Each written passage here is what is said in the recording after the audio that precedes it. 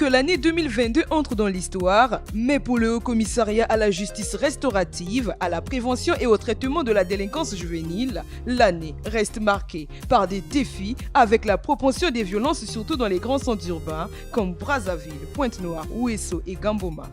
Pour faire face à un phénomène qui gangrène les grandes villes congolaises, le haut-commissaire va initier une série d'échanges avec les jeunes des centres urbains, notamment ceux qui sont en première ligne dans les violences.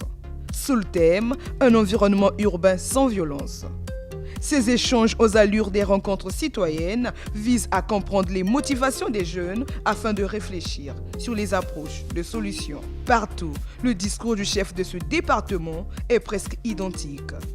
Au cours des différentes réunions avec les autorités locales, la société civile et les agents de la force publique, le haut-commissaire dévoile la vision du gouvernement.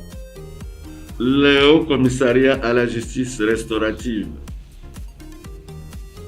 à la prévention et au traitement de la délinquance juvénile a été créé par décret présidentiel numéro 2021-487 du 5 novembre 2021. La mission essentielle est de mettre en œuvre des procédures et mesures d'inclusion, de collaboration en vue de la prévention, du traitement et de la réparation des violences et autres formes de délinquance juvénile. Ce haut commissariat a été créé pour prêter main forte au gouvernement de la République dans le cadre de la gestion de ces thématiques. Ce dossier requiert de tous les citoyens congolais ce que nous avons appelé un véritable sursaut national qui devrait être appuyé par une forte dose de volonté politique. Sur fond de suggestions, beaucoup d'autorités locales vont attribuer le phénomène de violence à la pauvreté. Je ne connais pas un besoin plus pressant que la faim. Quand un être humain a faim, il devient violent. Il est impossible de faire que dans un pays qu'il n'y ait pas de délinquance. Mais s'il y a des emplois, je crois qu'on pourra occuper une bonne partie de la jeunesse. Suggérer au gouvernement de procéder à la création des structures socio-éducatives et culturelles. Aujourd'hui, qu'est-ce qu'on peut faire? Les envoyer dans les ateliers de menuiserie, ils finiront par revenir au galop.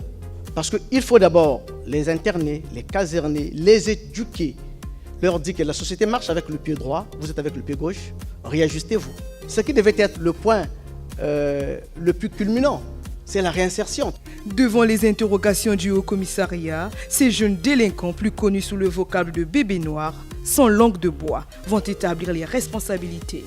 Mais dans le lot se trouvent aussi des jeunes délinquants convertis. On n'aime pas la population, qu'on déteste la population. Non, c'est pas ça. Est-ce que Beno, papa y a betu me boutu beto, belen jimke vraiment moi n'angé va chômer. La soudure que nous avons eu, nous avons fait qui ça le monde a zoé. J'ai dit quoi il nous ça. Il y a des moments quand les Congolais nous parfois les nous descendre dans l'hystère métal. Maman a fait 1000 fois la gauche. Parfois on veut couper nous couper en bas, je vais pas couper sur la main. On veut tout la gauche. Yo pour les démons on veut dans organiser, il est qui ça on dit ça.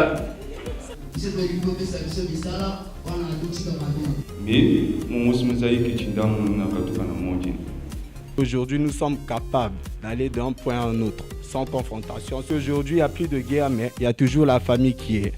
Dans la mer, bon, on dit que si 5-6 biso, le binati na biso pe belé. Parce que biso pour photo ça va mon plaisir. Petit rama bamiyibi, comment tu as babilon encore. Une attitude qui va fortement impressionner le haut-commissaire. J'avoue que quand on vous écoute, on n'a même pas le droit de sourire. On est peiné. C'est vraiment compliqué. Mais nous n'allons pas fuir notre part de responsabilité. Nous avons compris, mais j'espère que je ne vous déçois pas, en vous disant que ma mission consistait d'abord à vous rendre visible. Et surtout, certainement que vous ne me ferez pas la concession, mais je souhaite que vous nous la fassiez. Que vous soyez moins violents. Ou alors que vous ne le soyez plus. Que vous nous donnez un peu de temps. Mais le système éducatif n'est pas resté en marge du phénomène. Les violences scolaires ont marqué l'école tout au long de 2022. Une situation à l'origine des rencontres avec les élèves de l'enseignement général et technique de Brazzaville le 11 mars. L'objectif étant de saisir les raisons qui engendrent les violences en milieu scolaire, avec pour thème un environnement scolaire sans violence. Le Haut Commissariat à la justice restaurative, à la prévention et au traitement de la délinquance juvénile devrait s'employer à casser cette chaîne de violence devenue infernale par le rétablissement de la vertu disciplinaire, presque rompue dans les établissements d'enseignement public, en partenariat avec les ministères de l'enseignement préscolaire, primaire, secondaire et de l'alphabétisation et de l'enseignement technique et professionnel. La directrice de cabinet du ministre de l'enseignement préscolaire, primaire, secondaire et de l'alphabétisation, Régine Tikaya Oboa, qualifie d'épiphénomène l'atmosphère dans les établissements scolaires.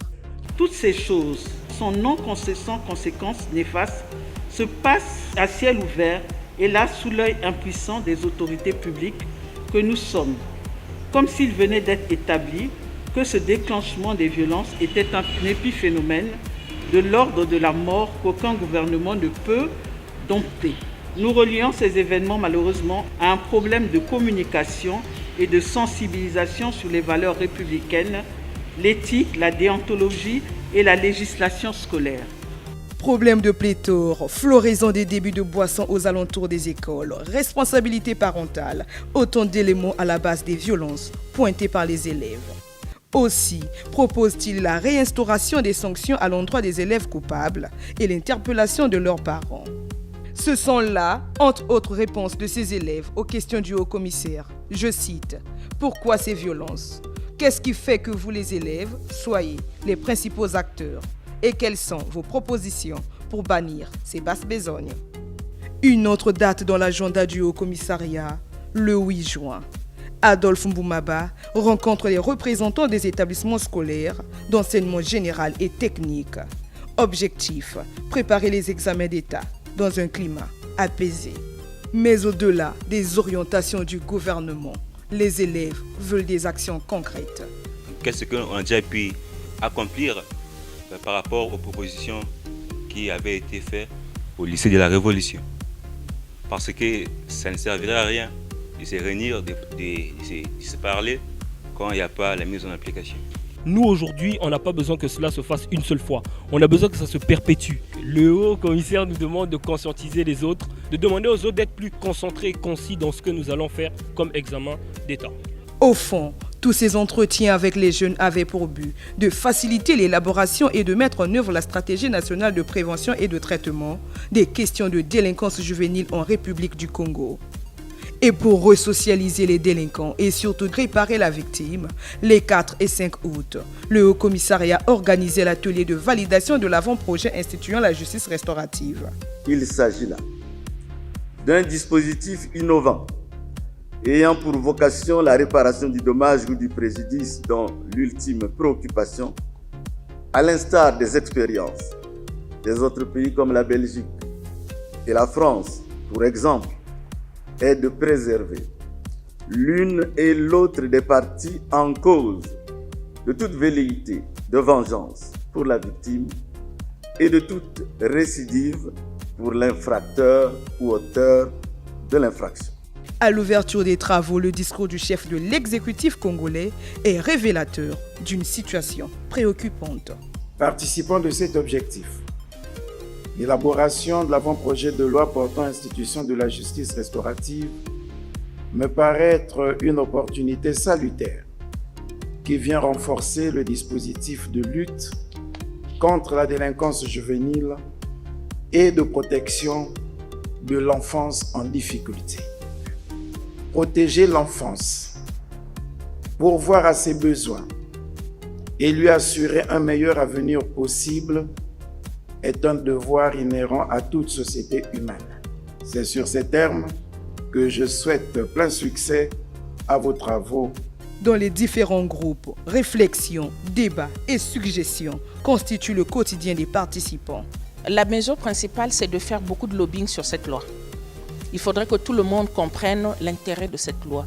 Donc il va falloir continuer à travailler d'arrache-pied pour faire comprendre, là où il y a des résistances, que ce projet de loi-là ne viendra pas bousculer la fourmilière, mais au contraire, elle viendra pour essayer de faire que notre pays avance, comme on dit dans le concert des nations.